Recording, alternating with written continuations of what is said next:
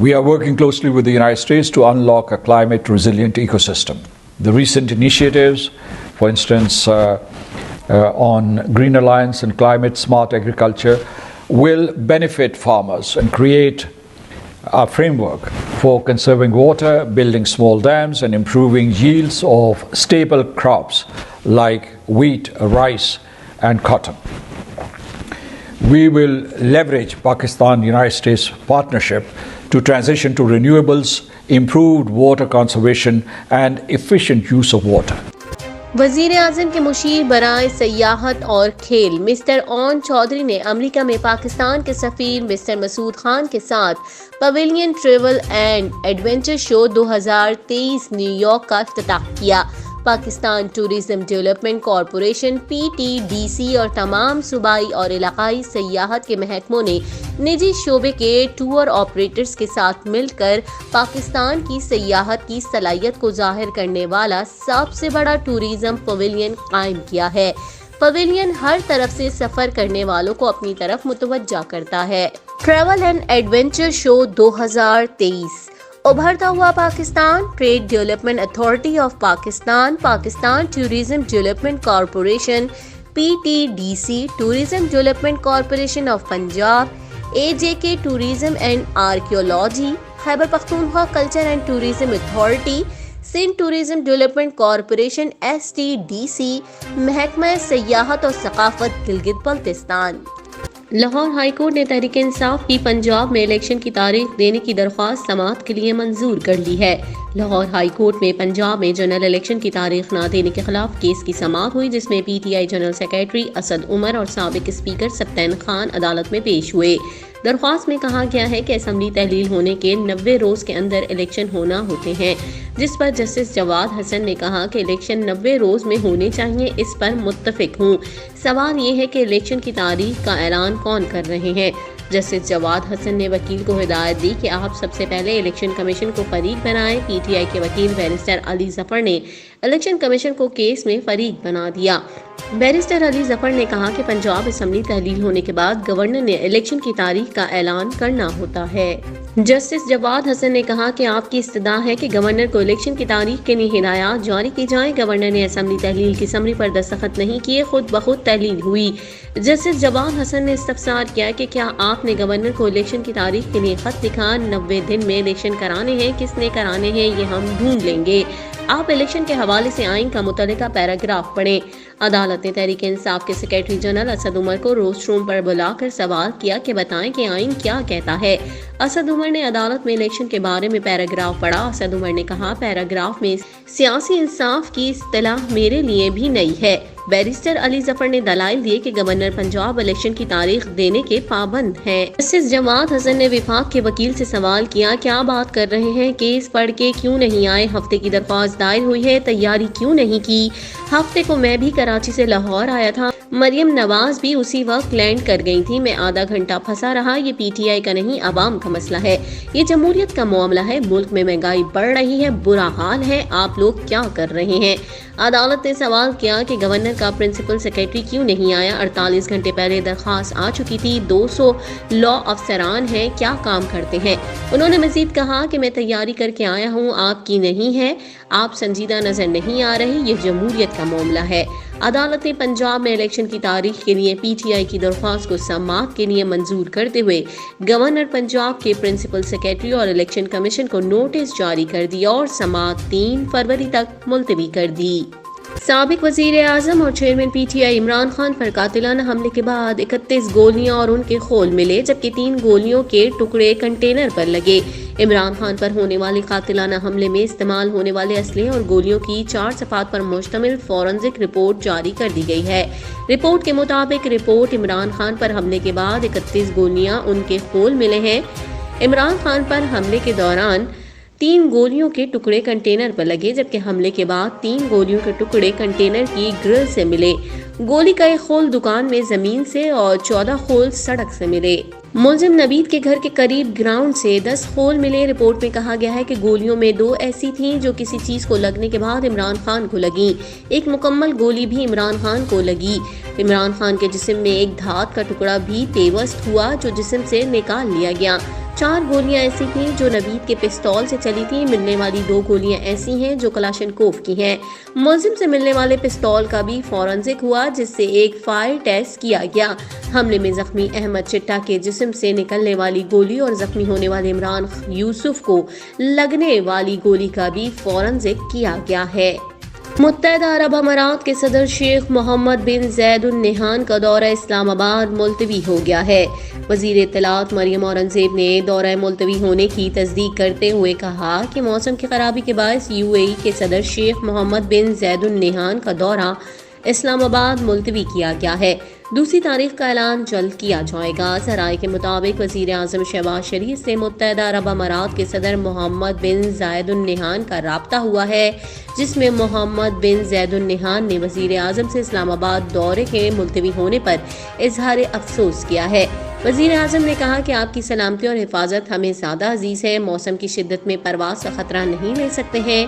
UAE کے صدر نے یقین دہانی کرائی کہ جلد 2 دن کے دورے پر اسلام آباد آؤں گا۔ واضح رہے ان کی آمد کے پیش نظر آج وفاقی دارالحکومت اسلام آباد میں تعطیل ہے۔ سابق وزیر داخلہ شیخ رشید نے کہا ہے کہ رات کے اندھیرے میں لال حویلی پر شب خون مارا گیا۔ لال حویلی کو سیل کرنا فاشزم اور سیاسی دہشت گردی ہے۔ شیخ رشید نے کہا کہ 5 مرلہ سے کم لال حویلی ہماری ذاتی ملکیت ہے اور مرکزی سیکریٹریٹ ہے۔ رینجز سے مدد مانگی گئی، انہوں نے انکار کیا، پھر FIA اور پولیس نے سیل کر دیا۔ انہوں نے کہا کہ ہمیں کوئی نوٹس نہیں ملا۔ لال حویلی کو سیل کرنا فاشزم اور سیاسی دہشت گردی ہے۔ لال حویلی اگر یہ ہماری ذاتی ملکیت نہیں تو ہم قومی مجرم ہیں۔ 16 وزارتوں کی چھان بین سے کچھ نہ ملا تو لال حویلی پر چڑھائی کر دی۔ برطانوی کمپنی لال حویلی پر فلم بنانے جا رہی ہے جو ان کو برداشت نہیں ہے۔ رشید نے لال حویلی کے سامنے پریس کانفرنس کرتے ہوئے کہا کہ لال حویلی کی تاریخ ہے، یہ نواز شریف سمیت متعدد لوگوں کے خلاف تھی۔ مجھے گرفتار کرنا ہے تو میں خود آ جاؤں گا، لیکن لال حویلی گرا کر دکھاؤ، اینٹ سے اینٹ بجا دوں گا۔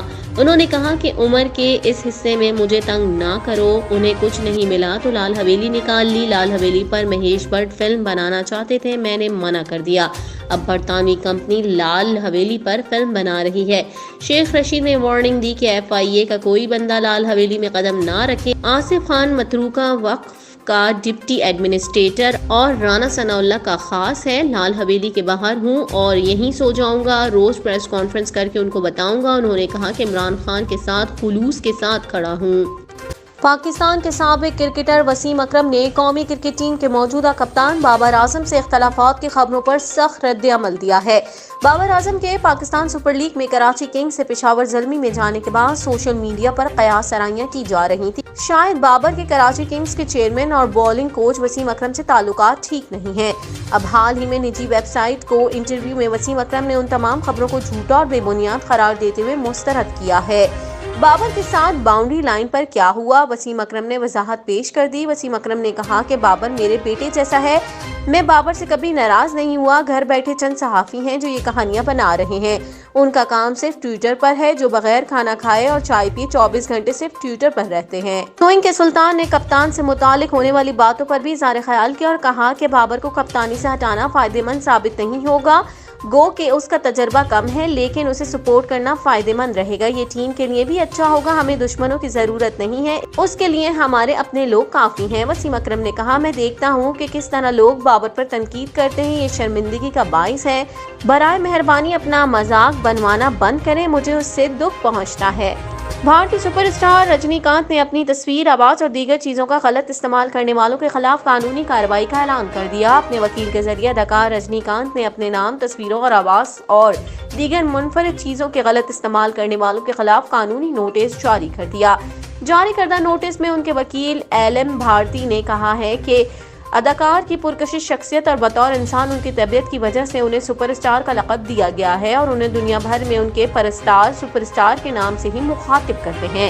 انہوں نے کہا کہ اداکار رجنی کانت کی ساکھ اور انڈسٹری میں ان کا احترام بے مثال ہے، کوئی بھی غلط بات ان کی ساکھ اور ان کی شخصیت کو بہت نقصان پہنچا سکتی ہے۔ وکیل کی جانب سے جاری نوٹس میں کہا گیا ہے کہ صرف اداکار کو ہی اپنی آواز، تصویر اور دیگر چیزوں کے استعمال کا حق حاصل ہے۔ مزید خبروں اور اپڈیٹس کے لیے دیکھتے رہیے OPTV گلوبل۔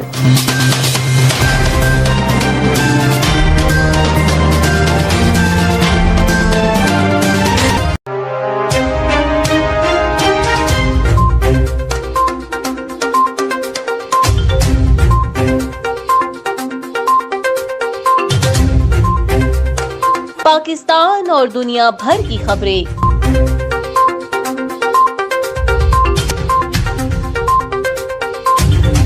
سیاست کا میدان ہو یا کھیل کا میدان یا ہو شوبز کی دنیا.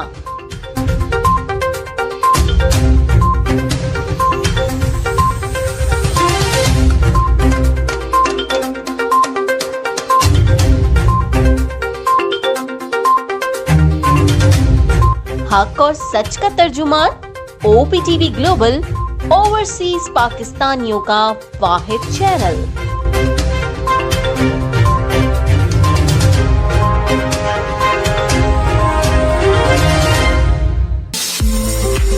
OPTV is now available on Roku. Please tune in to Roku.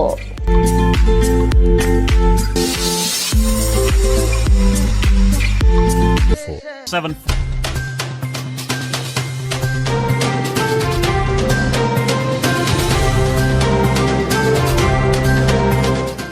OPTV کی فخریہ پیشکش دنیا بھر میں آباد پاکستانیوں کی ترقی و کامرانی پر مبنی پروگرام. پاکستان کو ترقی کی راہ پر گامزن کرنے کے لیے دنیا بھر میں پاکستانی متحرک اور تیار.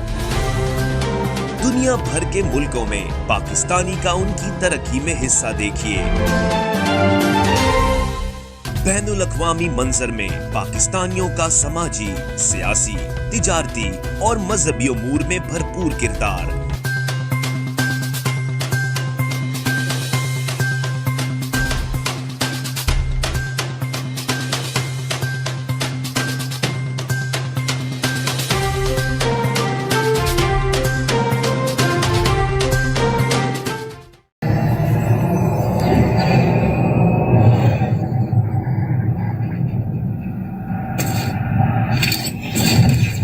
Kaba Fusion is a pharmacist-owned, patient-focused team of professionals with over 30 years' experience providing intravenous medication to pediatric and adult patients in the comfort and safety of their own home.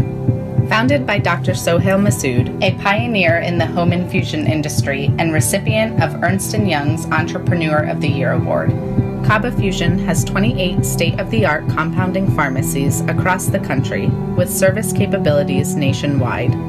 Specializing in IVIG, SCIG, and acute therapies, our highly skilled infusion nurses are present throughout your treatment and our clinicians are on call 24 hours a day. Please visit us at kabafusion.com for more information.